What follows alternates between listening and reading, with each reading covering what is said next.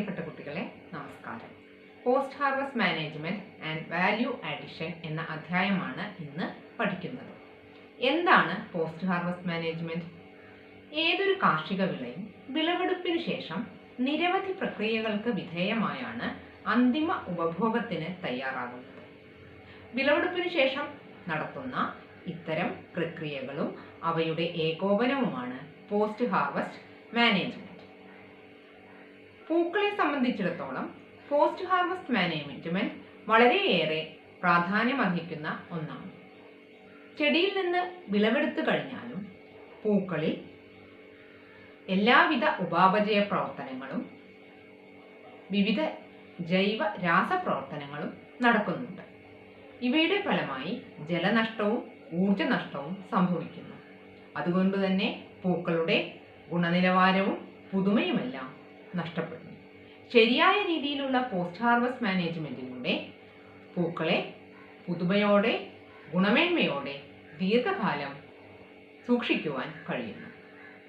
അതായത് പൂക്കളുടെ ക്വാളിറ്റി ഉറപ്പുവരുത്തുക, വേസ്റ്റ് ലൈഫ് കൂട്ടുക എന്നത് തന്നെയാണ് പോസ്റ്റ് ഹാർവസ്റ്റ് മാനേജ്മെന്റിന്റെ ലക്ഷ്യം. കാർഷിക വിളകളുടെ വിളവെടുപ്പിൽ നമ്മൾ ശ്രദ്ധിക്കേണ്ട 3 ഘടകങ്ങളുണ്ട്. അവയാണ് stage of harvest, time of harvest, method of harvest. ആദ്യമായി സ്റ്റേജ് ഓഫ് ഹാർവസ്റ്റ് അഥവാ വിളവെടുപ്പിന്റെ ഘട്ടം. ഓരോ കാർഷിക വിളയും വിളവെടുക്കേണ്ടത് അവയുടെ ഹാർവസ്റ്റ് ഇൻഡെക്സ് അഥവാ വിളവെടുപ്പ് സൂചകങ്ങൾക്ക് അനുസരിച്ചാണ്. പ്രധാനപ്പെട്ട പുഷ്പവിളകളുടെ ഹാർവസ്റ്റിംഗ് ഇൻഡെക്സ് അല്ലെങ്കിൽ വിളവെടുപ്പ് സൂചകം ഏതെല്ലാമാണെന്ന് നോക്കാം. പുഷ്പങ്ങളുടെ റാണിയായ റോസ് വിളവെടുക്കേണ്ടത് ടൈറ്റ് ബഡ് സ്റ്റേജിലാണ്. സ്വാഡ് ലില്ലി എന്നറിയപ്പെടുന്ന ഗ്ലാഡിയോലസ് പൂങ്കുലയിലെ ചൂടുഭാഗത്തുള്ള 1 മുതൽ 5 വരെ പൂക്കൾക്ക് നിറം വന്നു തുടങ്ങുമ്പോൾ വിളവെടുക്കാം. വിവിധ വർണ്ണങ്ങളിലുള്ള ജമന്തി പൂക്കൾ 2 തരത്തിലാണ് പ്രധാനമായും കാണപ്പെടുന്നത്: സ്റ്റാൻഡേർഡ് ഇനം അതുപോലെ സ്പ്രേ ഇനം. ഇതിൽ സ്റ്റാൻഡേർഡ് ഇനത്തിലെ പൂക്കളുടെ പുറമേയുള്ള ഇതളുകൾ പൂർണ്ണമായും വിടരുമ്പോൾ നമുക്ക് പറിക്കാവുന്നതാണ്. എന്നാൽ സ്പ്രേ ഇനത്തിലെ പൂങ്കുലയിലെ പൂക്കൾ വിടരുമ്പോൾ ഹാർവസ്റ്റ് ചെയ്യും. മനോഹരിയായ കാർണേഷൻ പൂക്കൾ നിങ്ങൾ കണ്ടിട്ടുണ്ടോ? കാർണേഷനിലും സ്റ്റാൻഡേർഡ്, സ്പ്രേ എന്നിങ്ങനെ 2 ഇനങ്ങളുണ്ട്. ഇതിൽ സ്റ്റാൻഡേർഡ് ഇനത്തിൽ പൂക്കൾ വിളവെടുക്കേണ്ടത് പെയിന്റ് ബ്രഷ് സ്റ്റേജ് അഥവാ പൂമൊട്ട് പകുതി വിടർന്ന അവസ്ഥയിലാണ്. എന്നാൽ സ്പ്രേ ഇനത്തിൽ പൂങ്കുലയിലെ 1-2 പൂക്കൾ വിടർന്നു കഴിഞ്ഞാൽ നമുക്ക് പറിക്കാം. നറുമണം പരത്തുന്ന മുല്ലയുടെ പൂക്കൾ പൂമാലയും പുഷ്പാലങ്കാരങ്ങളും എല്ലാം ഉണ്ടാക്കുന്നതിന് ലൂസ് ഫ്ലവറായി വിളവെടുക്കുമ്പോൾ പൂർണ്ണമായും വികസിച്ച എന്നാൽ വിടരാത്ത പൂമൊട്ടുകളാണ് പറിക്കേണ്ടത്. എന്നാൽ സുഗന്ധതൈലം വേർതിരിച്ചെടുക്കുന്നതിന് മുഴുവനായി വിടർന്ന പൂക്കളാണ് പറിക്കുന്നത്. രജനീഗന്ധി എന്നറിയപ്പെടുന്ന ട്യൂബ് റോസ് കട്ട് ഫ്ലവറായി ഉപയോഗിക്കുമ്പോൾ പൂങ്കുലയിലെ ചൂടുഭാഗത്തുള്ള 1-2 ജോഡി പൂക്കൾ വിടരുമ്പോൾ നമുക്ക് പറിക്കാം. എന്നാൽ ലൂസ് ഫ്ലവറായി ഉപയോഗിക്കുമ്പോഴും അതുപോലെ സുഗന്ധതൈലം വേർതിരിക്കാൻ വേണ്ടി എടുക്കുമ്പോഴും മുഴുവനായി വിടർന്ന പൂക്കൾ പറിക്കണം. ജെർബറ, ചൈന ആസ്റ്റർ, ഡാലിയ എന്നിവയെല്ലാം മുഴുവനായി വിടർന്നു കഴിയുമ്പോഴാണ് പറിക്കേണ്ടത്. ഇതാണ് ഹാർവസ്റ്റിംഗ് സ്റ്റേജ് എന്നതുകൊണ്ട് ഉദ്ദേശിക്കുന്നത്. അടുത്തതായി ടൈം ഓഫ് ഹാർവസ്റ്റ്, അതായത് വിളവെടുക്കേണ്ട സമയം. എപ്പോഴും അന്തരീക്ഷ താപനില കുറഞ്ഞ അവസ്ഥയിലായിരിക്കുമ്പോഴാണ് കാർഷിക ഉൽപ്പന്നങ്ങൾ, പ്രത്യേകിച്ച് പൂക്കളും പഴങ്ങളും പച്ചക്കറികളുമെല്ലാം വിളവെടുക്കേണ്ടത്. ഉയർന്ന അന്തരീക്ഷ ഊഷ്മാവ് ഈ വിളകളിലെ ഉൽപ്പന്നങ്ങളിലുള്ള ഉപാപചയ പ്രവർത്തനങ്ങളുടെ നിരക്ക് കൂട്ടി ജലനഷ്ടവും ഊർജനഷ്ടവും ഉണ്ടാക്കുന്നു. ഇത് ഒഴിവാക്കുന്നതിനായി അതായത് പ്രത്യേകിച്ച് ജലനഷ്ടം കുറയ്ക്കുന്നതിനായി പൂക്കൾ അതിരാവിലെയോ വൈകുന്നേരമോ ആണ് വിളവെടുക്കേണ്ടത്. അടുത്തത് വിളവെടുപ്പ് രീതി അല്ലെങ്കിൽ ഹാർവസ്റ്റിംഗ് മെത്തേഡ്. ലൂസ് ഫ്ലവർ ആയി ഉപയോഗിക്കുമ്പോൾ നമ്മൾ പൂക്കൾ ഓരോന്നായി ഇറുത്തെടുക്കുകയാണ് ചെയ്യുന്നത്. എന്നാൽ കട്ട് ഫ്ലവറിനായി ഉപയോഗിക്കുമ്പോൾ പൂത്തണ്ടോടുകൂടി മുറിച്ചെടുക്കുന്നു. നീളമേറിയ പൂത്തണ്ടുണ്ടെങ്കിൽ അവയുടെ സൂക്ഷിപ്പുകാലം അല്ലെങ്കിൽ ബേസ് ലൈഫ് കൂടുതലായിരിക്കും. അതുകൊണ്ട് പൂക്കൾ വിളവെടുക്കുമ്പോൾ മൂർച്ചയുള്ള കത്തി പോലുള്ള ഉപകരണങ്ങൾ ഉപയോഗിച്ച് പൂത്തണ്ട് ചെരിച്ചാണ് മുറിക്കുന്നത്. ഇങ്ങനെ മുറിക്കുന്നതിലൂടെ പരപ്പളവ് വർദ്ധിക്കുകയും കൂടുതൽ ജലം ആഗിരണം ചെയ്യാൻ കഴിയുകയും ചെയ്യുന്നു. പോസ്റ്റ് ഹാർവസ്റ്റ് ലോസ്, വിളവെടുപ്പിന് ശേഷമുള്ള നഷ്ടം. അതായത് ശരിയായ രീതിയിൽ കൈകാര്യം ചെയ്യാത്തതിലൂടെയും അതുപോലെ തന്നെ മറ്റു പല കാരണങ്ങളിലൂടെയും വിളവെടുത്ത് കഴിഞ്ഞതിന് ശേഷം അതേസമയം വിൽപ്പനയ്ക്ക് മുൻപായി ധാരാളം പൂക്കൾ കേടുവന്നു പോകുന്നുണ്ട്. ഏതാണ്ട് 45% പൂക്കളിലെ പോസ്റ്റ് ഹാർവസ്റ്റ് ലോസ് എന്നാണ് കണക്കാക്കപ്പെട്ടിരിക്കുന്നത്. പൂക്കളിലെ പോസ്റ്റ് ഹാർവസ്റ്റ് ലോസ് നമുക്ക് പ്രധാനമായും 2 തരത്തിൽ പറയാം. ക്വാണ്ടിറ്റേറ്റീവ് ലോസ് അഥവാ അളവ് തൂക്കത്തിലുള്ള നഷ്ടം, അതുപോലെ ക്വാളിറ്റേറ്റീവ് ലോസ് അഥവാ ഗുണനിലവാരത്തിലുള്ള നഷ്ടം. അളവ് തൂക്ക നഷ്ടം എന്ന് ഉദ്ദേശിച്ചത് പൂക്കളുടെ ഭാരത്തിലോ എണ്ണത്തിലോ ഒക്കെ ഉണ്ടാകുന്ന കുറവ്. ക്വാളിറ്റേറ്റീവ് ലോസ് എന്ന് പറയുന്നത് അവയുടെ നിറത്തിലോ മണത്തിലോ മറ്റ് ഗുണനിലവാരത്തിൽ ഉണ്ടാകുന്ന വ്യതിയാനങ്ങൾ. ഈ പോസ്റ്റ് ഹാർവസ്റ്റ് ലോസിന് നിരവധി കാരണങ്ങളുണ്ട്. എങ്കിലും പോസ്റ്റ് ഹാർവസ്റ്റ് ലോസിനുള്ള കാരണങ്ങളെ നമുക്ക് പ്രധാനമായും 3 വിഭാഗങ്ങളിൽ പെടുത്താവുന്നതാണ്. ഒന്നാമതായിട്ട് ഫിസിക്കൽ റീസൺസ്. ഫിസിക്കൽ റീസൺസ് എന്നുള്ളതിൽ പൂക്കൾ വിളവെടുക്കുമ്പോൾ, കൈകാര്യം ചെയ്യുമ്പോൾ, ട്രാൻസ്പോർട്ട് ചെയ്യുമ്പോൾ ഒക്കെ ഉണ്ടാകുന്ന ചതവുകൾ, മുറിവുകൾ, അതുപോലെ ചൂടും വെയിലും ഏൽക്കുമ്പോൾ ഉണ്ടാകുന്ന കേടുപാടുകൾ എന്നിവയെല്ലാം ഫിസിക്കൽ റീസൺസിൽ വരുന്നതാണ്. അടുത്തത് ഫിസിയോളജിക്കൽ റീസൺസ്. പൂക്കളിൽ നടക്കുന്ന ഉപാപചയ പ്രവർത്തനങ്ങൾ, റെസ്പിരേഷൻ, ട്രാൻസ്പിരേഷൻ എന്നിവ മൂലമെല്ലാം ഉണ്ടാകുന്ന ഗുണനിലവാര തകർച്ചയെയാണ് ഫിസിയോളജിക്കൽ റീസൺസ്, അതായത് loss due to physiological reasons എന്ന് പറയുന്നത്. അടുത്തത് ബയോളജിക്കൽ റീസൺ. കീടരോഗബാധ, അതായത് ഷഡ്പദങ്ങൾ, അതുപോലെ സൂക്ഷ്മജീവികൾ എന്നിവയുടെ ആക്രമണം മൂലം പൂക്കൾക്കുണ്ടാവുന്ന കേടുപാടുകളെ നമുക്ക് ബയോളജിക്കൽ റീസൺസിൽ പെടുത്താം. അതായത് spoilage due to insects and micro organisms. ഇതാണ് പ്രധാനപ്പെട്ട പോസ്റ്റ് ഹാർവസ്റ്റ് ലോസ്. ബ്രൂയിസിംഗ്. പൂക്കൾക്കുണ്ടാകുന്ന മുറിവുകളെയും ചതവുകളെയും, പ്രത്യേകിച്ച് ചതവുകളെ പറയുന്നതാണ് ബ്രൂയിസിംഗ്. അതായത് പ്ലാന്റ് ടിഷ്യൂ, സസ്യകലകൾക്ക് മുറിവുകളും ചതവുകളും സംഭവിക്കുന്നു. അതുകൊണ്ട് തന്നെ ആ ഭാഗത്ത് നിറമാറ്റം സംഭവിക്കുന്നു. എന്നാൽ പുറമേയുള്ള തൊലിക്ക് മുറിവ് കാണപ്പെടുന്നില്ല. ശരിയായ രീതിയിലുള്ള പോസ്റ്റ് ഹാർവസ്റ്റ് മാനേജ്മെന്റ് പ്രാക്ടീസിലൂടെ നമുക്ക് മേൽപ്പറഞ്ഞ പോസ്റ്റ് ഹാർവസ്റ്റ് ലോസ് ഒഴിവാക്കി പൂക്കളെ ഗുണനിലവാരത്തോടെ ദീർഘകാലം ലഭ്യമാക്കാം. പൂക്കളിൽ അനുവർത്തിച്ചു വരുന്ന പോസ്റ്റ് ഹാർവസ്റ്റ് മാനേജ്മെന്റ് പ്രാക്ടീസസ് ഏതെല്ലാമാണെന്ന് നോക്കാം. പൂക്കളുടെ തരം, ഇനം, ഉപയോഗം, വിപണി, ട്രാൻസ്പോർട്ടേഷൻ മെത്തേഡ് എന്നിവയെല്ലാം ആശ്രയിച്ച് ഇവ വ്യത്യാസപ്പെട്ടിരിക്കുന്നുവെങ്കിലും പൊതുവായി പാലിക്കുന്ന പോസ്റ്റ് ഹാർവസ്റ്റ് മാനേജ്മെന്റ് പ്രാക്ടീസസ് ഇവയാണ്. Conditioning, pre cooling, pulsing, grading, bunching, packing, storage, transport. ആദ്യമായി കണ്ടീഷനിങ്. നമ്മൾ പൂക്കൾ ചെടികളിൽ നിന്നും വിളവെടുത്തു കഴിഞ്ഞ ഉടനെ പൂത്തണ്ടിന്റെ മുറിച്ച ഭാഗം വെള്ളത്തിൽ മുക്കി വയ്ക്കുന്ന രീതിയാണ് കണ്ടീഷനിങ് എന്ന് പറയുന്നത്. ഇത് കുറച്ച് നേരത്തേക്കാണ് ഇങ്ങനെ ചെയ്യുന്നത്. ഇങ്ങനെ ചെയ്യുന്നതിലൂടെ വെള്ളം പൂത്തണ്ടിലൂടെ പൂക്കളിലേക്ക് എത്തുകയും ജലനഷ്ടം കുറയ്ക്കുവാൻ കഴിയുകയും ചെയ്യുന്നു.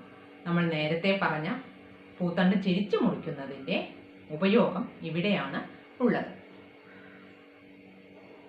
കണ്ടീഷനിങ് കഴിഞ്ഞാൽ അടുത്തതായി വരുന്നതാണ് പ്രീ കൂളിംഗ്. പൂക്കൾ ഫീൽഡിൽ നിൽക്കുമ്പോൾ അന്തരീക്ഷ ഊഷ്മാവ് പൂക്കളിലും കാണും. അവ പറിച്ചു കഴിഞ്ഞാൽ ആ ചൂട് അതോടൊപ്പം നിലനിൽക്കും. ഇങ്ങനെ പൂക്കളിൽ ഉണ്ടാകുന്ന ഈ അന്തരീക്ഷ ഊഷ്മാവിനെയാണ് നമ്മൾ പൊതുവെ ഫീൽഡ് ഹീറ്റ്, പൂക്കളിലും മറ്റ് കാർഷികോൽപ്പന്നങ്ങൾ പറിച്ചെടുത്തു കഴിഞ്ഞാലൊക്കെ കാണുന്ന ഈ ചൂടിനെയാണ് ഫീൽഡ് ഹീറ്റ് എന്ന് പറയുന്നത്.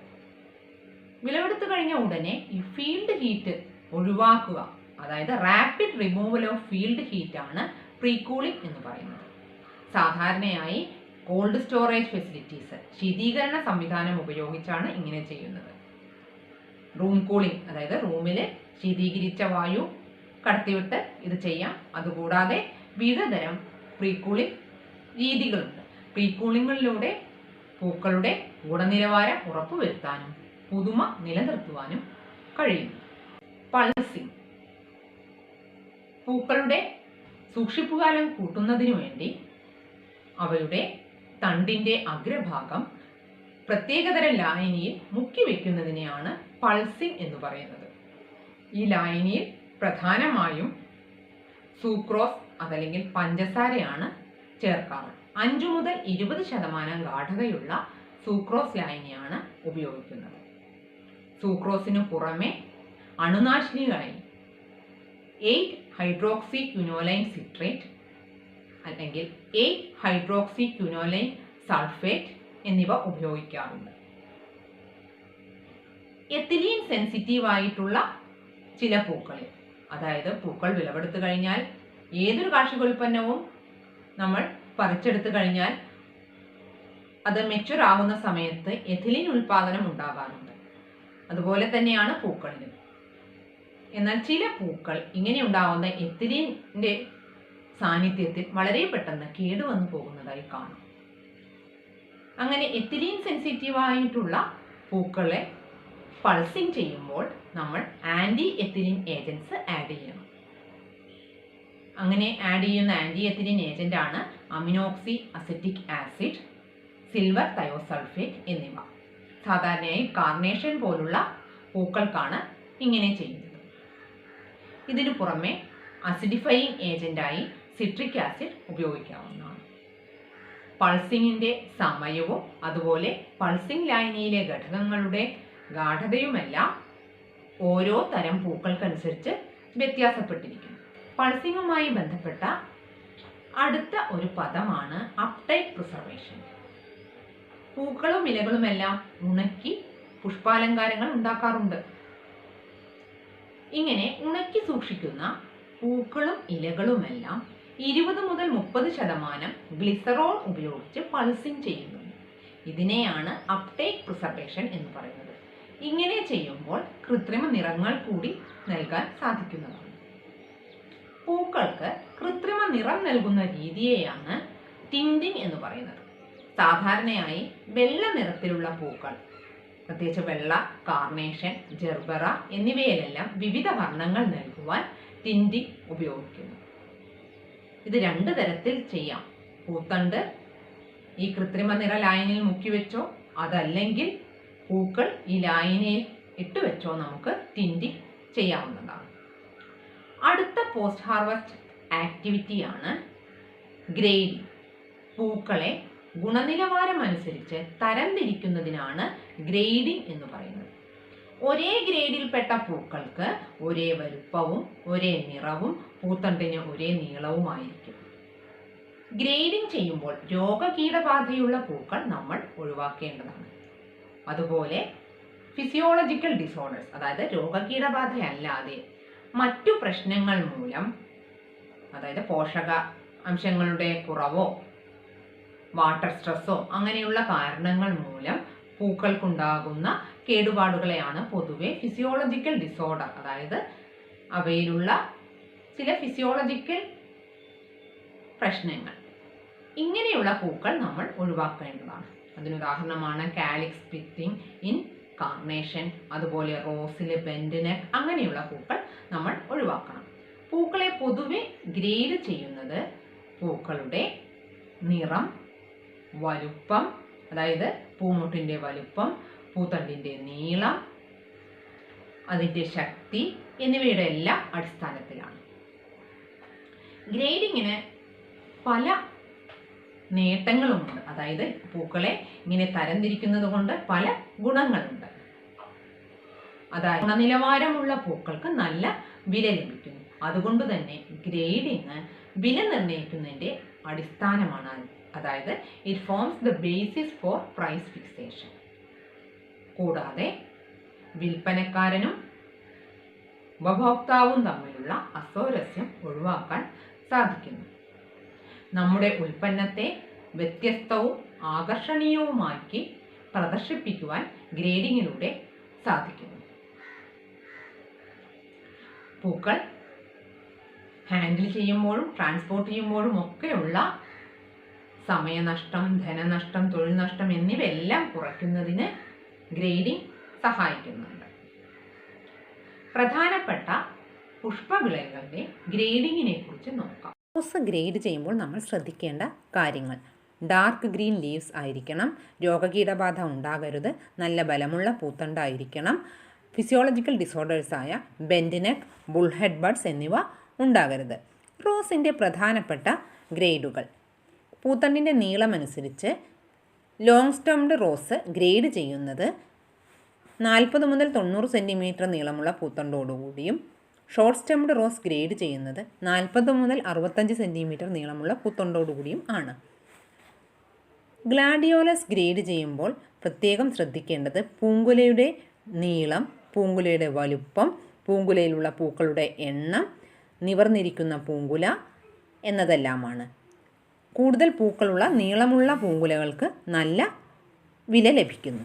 ഗ്ലാഡിയോലസിൻ്റെ പ്രധാന ഗ്രേഡുകൾ: പൂങ്കുലയുടെ നീളവും പൂക്കളുടെ എണ്ണവും അടിസ്ഥാനത്തിൽ ഫാൻസി, സ്പെഷ്യൽ, സ്റ്റാൻഡേർഡ്, യൂട്ടിലിറ്റി.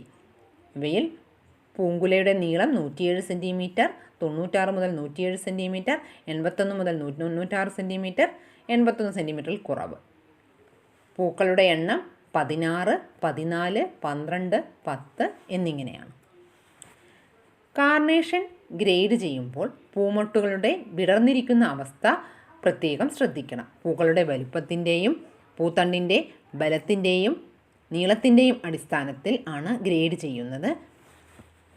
പൂവിൻ്റെ വലുപ്പം, പൂത്തണ്ടിൻ്റെ നീളം എന്നതിൻ്റെ അടിസ്ഥാനത്തിൽ പ്രധാനമായും 3 ഗ്രേഡുകൾ: ബ്ലൂ, റെഡ്, ഗ്രീൻ. ഇവയിൽ പൂത്തണ്ടിന് ചുരുങ്ങിയത് 55 സെൻറ്റിമീറ്റർ നീളം വേണം ബ്ലൂ ഗ്രേഡിന്.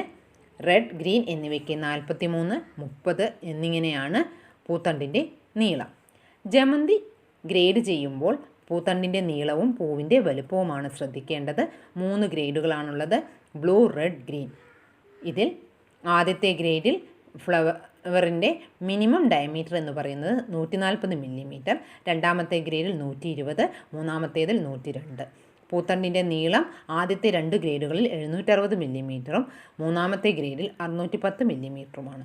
ജർബറ ഗ്രേഡ് ചെയ്യുമ്പോഴും നീളമുള്ള പൂത്തണ്ടും നല്ല വലുപ്പമുള്ള പൂക്കളുമായിരിക്കണം. പൂത്തണ്ടിന് ചുരുങ്ങിയത് 40 സെൻറ്റിമീറ്റർ നീളവും പൂവുകൾക്ക് ചുരുങ്ങിയത് 7 സെൻറ്റിമീറ്റർ വ്യാസവും ഉണ്ടായിരിക്കണം. ട്യൂബ്രോസ് ഗ്രേഡ് ചെയ്യുന്നത് പൂങ്കുലയുടെ വലുപ്പത്തിൻ്റെയും ബലത്തിൻ്റെയും എല്ലാം അടിസ്ഥാനത്തിലാണ്. പൂങ്കുലയിലെ പൂക്കളുടെ എണ്ണം, ഓരോ പൂക്കളുടെയും ഗുണനിലവാരം എന്നതിൻ്റെ എല്ലാം അടിസ്ഥാനത്തിലാണ് ട്യൂബ്രോസ് ഗ്രേഡ് ചെയ്യുന്നത്. ഇനി ഈ തരംതിരിച്ച പൂക്കളെ ഓരോ തരം പൂക്കളിലും വ്യത്യസ്ത എണ്ണത്തിനനുസരിച്ച് കെട്ടുകളാക്കുന്നുണ്ട്. 5, 10, 12, 15, 20 ഇങ്ങനെ എണ്ണം വ്യത്യസ്തമായിരിക്കും. ഇതിനെയാണ് നമ്മൾ ബഞ്ചിങ് എന്ന് പറയുന്നത്. നമ്മൾക്ക് ഹാൻഡിൽ ചെയ്യാനും പാക്ക് ചെയ്യാനും എല്ലാം സൗകര്യത്തിന് വേണ്ടിയാണ് ഇങ്ങനെ ചെയ്യുന്നത്. ഇങ്ങനെ ബഞ്ചുകളാക്കി അവയെ നമ്മൾ റബ്ബർ ബാൻഡോ ചരടോ ഉപയോഗിച്ച് അയഞ്ഞ രീതിയിൽ കെട്ടുന്നു. പൂത്തണ്ടിലുള്ള ഇലകൾ ഒഴിവാക്കുന്നു. ബഞ്ചുകളെ പ്ലാസ്റ്റിക് കവറുകളിൽ ആക്കാറുണ്ട്. അതുപോലെ പൂമൊട്ടുകളെ ചുളിവുള്ള പേപ്പർ കൊണ്ട് പൊതിയുകയും ചെയ്യുന്നു. പാക്കിംഗ്: പൂക്കളെ ബഞ്ചുകളാക്കിയത് നമ്മൾ പറഞ്ഞു. ഇങ്ങനെ പൂക്കളെ ബഞ്ചുകളാക്കി ഇനി ഈ പൂക്കളെ നമ്മൾ പ്രത്യേകം പാക്കുകളാക്കിയിട്ട് വേണം വിപണിയിൽ എത്തിക്കാൻ. ഇങ്ങനെ പാക്കിംഗ് ചെയ്യുന്നതിലൂടെ പൂക്കളെ കൈകാര്യം ചെയ്യുന്നതിനും ട്രാൻസ്പോർട്ട് ചെയ്യുന്നതിനുമൊക്കെ എളുപ്പമായിരിക്കും. കൂടാതെ റെസ്പിറേഷൻ, ട്രാൻസ്പിറേഷൻ, സൂക്ഷ്മജീവികൾ മൂലമുണ്ടാകുന്ന സ്പോയിലേജ് എന്നിവയെല്ലാം അവോയ്ഡ് ചെയ്യുന്നതിന് അല്ലെങ്കിൽ ഒഴിവാക്കുന്നതിന് പാക്കിംഗ് സഹായിക്കുന്നുണ്ട്. നമ്മൾ പാക്കിങ്ങിന് വേണ്ടി ഉപയോഗിക്കുന്ന വസ്തുക്കൾ എയർ ടൈറ്റ് ആയിരിക്കണം, മോയ്സ്ചർ പ്രൂഫ്, ഈർപ്പം കടത്തിവിടാത്തതായിരിക്കണം. അതുപോലെ ഹാൻഡ്ലിങ്ങിൻ്റെ സമയത്തും ട്രാൻസ്പോർട്ടിൻ്റെ സമയത്തുമൊക്കെ ഉണ്ടാകുന്ന ക്ഷതങ്ങൾ താങ്ങുവാൻ കഴിയുന്നതും ആയിരിക്കണം. ഓരോ തരം പൂവ്, അതിൻ്റെ ഇനം, ഉപയോഗം, വിപണി എന്നിവയെല്ലാം അടിസ്ഥാനമാക്കി പാക്കിംഗ് മെറ്റീരിയൽ വ്യത്യസ്തമാണ്. സാധാരണഗതിയിൽ ലാർജ് സ്കെയിൽ എക്സ്പോർട്ടേഴ്സ് 50 കിലോഗ്രാം ഭാരം കൊള്ളുന്ന 1000 മുതൽ 2000 വരെ പൂക്കളെ ഉൾക്കൊള്ളുന്ന വലിയ ബോക്സുകളിലൊക്കെയാണ് പാക്കിംഗ് ചെയ്യാറുള്ളത്. സാധാരണയായി പൂക്കൾ പാക്കിങ്ങിന് വേണ്ടി ഉപയോഗിക്കുന്ന വസ്തുക്കൾ ഏതൊക്കെയാണെന്ന് നോക്കാം. Cellophane paper, butter paper, aluminium laminated foil, corrugated fibre board paper, polythene sheets, ഇവയെല്ലാം നമുക്ക് പാക്കിങ്ങിന് വേണ്ടി ഉപയോഗിക്കാവുന്നതാണ്. പാക്കേജിംഗ്, നമ്മൾ പാക്കിംഗ് മെറ്റീരിയൽസ് ഉപയോഗിച്ചിട്ട് പൂക്കളെ പാക്ക് ചെയ്തു, എങ്കിലും അവയെ ആകർഷകമായി നമുക്ക് കൈകാര്യം ചെയ്യുന്നതിന് എളുപ്പത്തിലൊക്കെ ആയിട്ട് പ്രത്യേകം പാക്കേജുകളാക്കേണ്ടതുണ്ട്.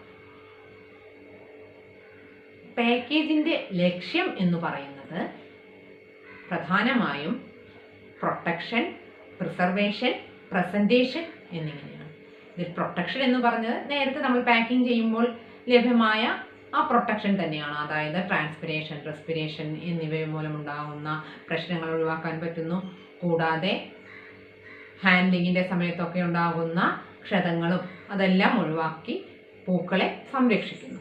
പ്രിസർവേഷൻ, ഇങ്ങനെയുള്ള കേടുപാടുകളിൽ നിന്നും പൂക്കളെ സംരക്ഷിക്കുന്നതിലൂടെ അവയുടെ ഗുണനിലവാരവും പുതുമയും പ്രിസർവ് ചെയ്യുന്നു, സംരക്ഷിച്ചു വയ്ക്കുന്നു. പ്രസൻറ്റേഷൻ, നമ്മുടെ ഉൽപ്പന്നത്തെ വളരെ ആകർഷകമാക്കി വിപണിയിൽ പ്രദർശിപ്പിക്കാൻ അല്ലെങ്കിൽ പ്രസൻറ്റ് ചെയ്യാൻ കഴിയുന്നു. കൂടാതെ നല്ല ഒരു പാക്കേജ് ഒരു സൈലന്റ് സെയിൽസ്മാൻ തന്നെയാണ്. അതായത് നമ്മുടെ ഉൽപ്പന്നത്തെക്കുറിച്ചുള്ള എല്ലാ വിവരങ്ങളും നമുക്ക് ആ പാക്കേജിൽ നിന്നും ലഭ്യമാകുന്നു. പ്രധാനമായും 3 തരത്തിലുള്ള പാക്കേജിംഗ് ഉണ്ട്. നമ്മുടെ ഉൽപ്പന്നത്തെ പൊതിഞ്ഞിരിക്കുന്ന പാക്കേജിനെയാണ് പ്രൈമറി പാക്കേജ് എന്ന് പറയുന്നത്, ഉൽപ്പന്നവുമായി ഡയറക്റ്റ് കോണ്ടാക്റ്റിൽ വരുന്നത്. ഉദാഹരണം പോളിത്തീൻ, പേപ്പർ എന്നിവയാണ്. സെക്കൻഡറി പാക്കേജിംഗ്, നമ്മുടെ ഉൽപ്പന്നത്തെ കവർ ചെയ്തിരിക്കുന്ന പുറമേയുള്ള റാപ്പറിനെയാണ് സെക്കൻഡറി പാക്കേജിംഗ് എന്ന് പറയുന്നത്. ഇത് സ്റ്റോർ ചെയ്യാനും ട്രാൻസ്പോർട്ട് ചെയ്യാനും അതുപോലെ ഉൽപ്പന്നത്തെ പ്രദർശിപ്പിക്കാനും സഹായിക്കുന്നു. കോറുഗേറ്റഡ് ഫൈബർ ബോർഡ് ബോക്സുകൾ, തെർമോകോൾ ബോക്സ് എന്നിവയെല്ലാം ഉദാഹരണമാണ്. Tertiary packaging, grouping of products four storage and transportation, സംഭരിച്ചു വയ്ക്കുന്നതിനും ദൂരസ്ഥലങ്ങളിലേക്ക് കയറ്റി അയക്കുന്നതിനുമെല്ലാം പാക്കേജുകൾ വലിയ പാലറ്റ് ബോക്സുകളിലും വുഡൻ ബോക്സുകളിലുമൊക്കെ ആക്കാറുണ്ട്. ഇതിനെയാണ് ടേർഷ്യറി പാക്കേജിംഗ് എന്ന് പറയുന്നത്. അടുത്തതായി നമുക്ക് പറയാനുള്ളത് ഈ കോറുഗേറ്റഡ് ഫൈബർ ബോർഡ് ബോക്സ് നിങ്ങൾക്കറിയാം. അതിൻ്റെ മേന്മകൾ എന്തൊക്കെയാണെന്നാണ് നമുക്ക് പറയാനുള്ളത്. പൂക്കൾക്കുണ്ടാകുന്ന ചതവുകൾ അല്ലെങ്കിൽ ഹാൻഡ്ലിങ്ങിൻ്റെ സമയത്തുണ്ടാകുന്ന ക്ഷതങ്ങളെല്ലാം ഒഴിവാക്കാൻ കോറുഗേറ്റഡ് ഫൈബർ ബോർഡ് ബോക്സുകൾ കൊണ്ട് സാധിക്കുന്നുണ്ട്. ഇത് ഹാൻഡിൽ ചെയ്യാൻ വളരെ എളുപ്പമാണ്. വളരെ കുറവ് ഏരിയ മാത്രമേ ഇവയ്ക്ക് ആവശ്യമുള്ളൂ, സ്പേസ് മാത്രമേ ആവശ്യമുള്ളൂ. ഇതിൽ ഉൽപ്പന്നങ്ങളില്ലാത്ത സമയങ്ങളിൽ നമുക്ക് ഇവയെ മടക്കി സൂക്ഷിക്കാവുന്നതാണ്, കൊളാപ്സിബിൾ ആണ്. അതുപോലെ പ്രത്യേകതരം ട്രീറ്റ്മെൻറ്റുകളിലൂടെ ഇവയെ സ്ട്രോങ്ങർ, അതായത് ഇവയുടെ സ്ട്രെങ്ത് കൂട്ടാൻ പറ്റുന്നതാണ്. കൂടാതെ ഇവ കോൾഡ് സ്റ്റോറേജിന് വേണ്ടി ഉപയോഗിക്കുകയും ചെയ്യാം. ലേബലിംഗ്, നമ്മുടെ ഉൽപ്പന്നങ്ങൾ പാക്കേജുകളാക്കി അതിനുശേഷം അവയിലുള്ള ഉൽപ്പന്നങ്ങളെക്കുറിച്ചുള്ള വിവരങ്ങളും മറ്റും ശരിയായി മാർക്ക് ചെയ്യുന്നതിനെയാണ് ലേബലിംഗ് എന്ന് പറയുന്നത്. ഈ ലേബലിൽ ഏതുതരം പുഷ്പമാണ്, അതിൻ്റെ ഏത് ഇനമാണ്, ഏത് നിറമാണ്, എത്ര എണ്ണമുണ്ട്, അതുപോലെ ഉൽപാദകനെക്കുറിച്ചുള്ള വിവരങ്ങൾ, ഇവയെല്ലാം ലേബലിൽ നിന്നും നമുക്ക് ലഭ്യമാകും. ഇങ്ങനെ പ്രത്യേകം പാക്കേജുകളൊക്കെ ആക്കിയത് നമ്മൾ വിപണിയിലേക്ക് എത്തിക്കാറുണ്ട്. ചില അവസരങ്ങളിൽ ഇവ നമുക്ക് സൂക്ഷിച്ചു വെക്കേണ്ട ഒരു സാഹചര്യം ഉണ്ടാകാറുണ്ട്. അതായത് നമ്മുടെ ഉൽപ്പന്നങ്ങളെ സംഭരിച്ചു വെക്കേണ്ടതുണ്ട്.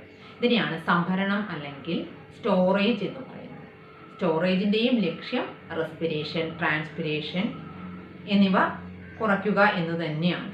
അതുപോലെ ഇതിനെ ഗുണനിലവാരത്തോടെ കീപ്പിംഗ് ക്വാളിറ്റി കൂട്ടുക അല്ലെങ്കിൽ സൂക്ഷിപ്പുകാലം കൂട്ടുക എന്നുള്ളത് തന്നെയാണ് സ്റ്റോറേജിൻ്റെയും ലക്ഷ്യം.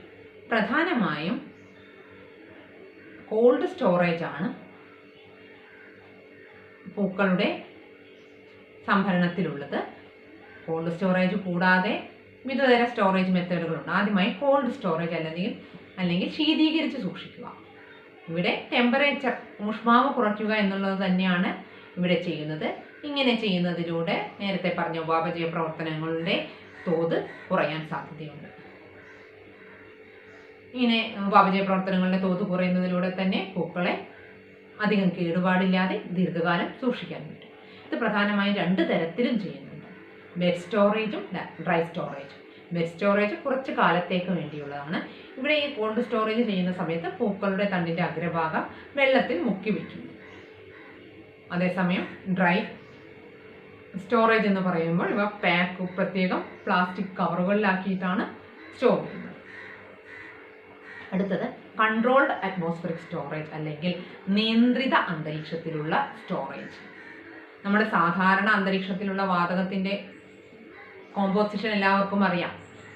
Nitrogen 78%, oxygen 21%, carbon dioxide 0.03%.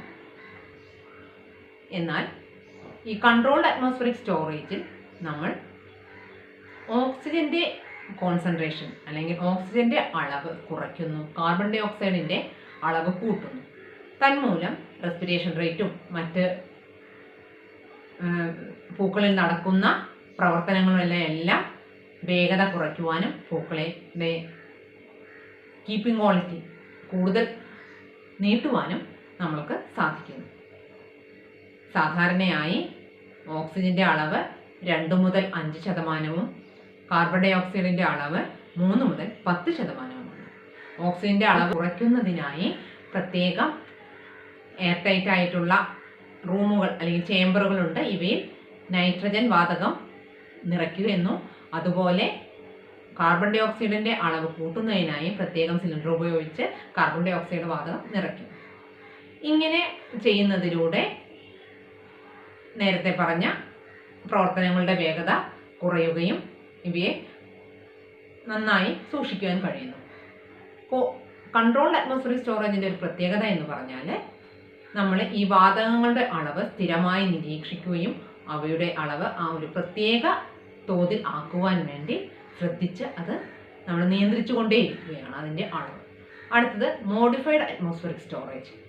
ഇത് കൺട്രോൾഡ് അറ്റ്മോസ്ഫിയറിക് സ്റ്റോറേജ് പോലെ തന്നെയാണ്. പക്ഷേ ഇവിടെ വാതകങ്ങളുടെ കോമ്പോസിഷൻ നമ്മൾ നിരീക്ഷിക്കുന്നില്ല. അത് ആ സിസ്റ്റം തന്നെ ആ അളവിനെ മെയിൻറ്റെയിൻ ചെയ്തു പോകുന്നതാണ് modified atmospheric storage. Hypobaric storage അഥവാ ലോ പ്രഷർ സ്റ്റോറേജ്. കുറഞ്ഞ മർദ്ദത്തിലുള്ള സൂക്ഷിപ്പ്. ഇവിടെ പ്രഷറും ടെമ്പറേച്ചറും എല്ലാം കുറയ്ക്കുകയാണ്.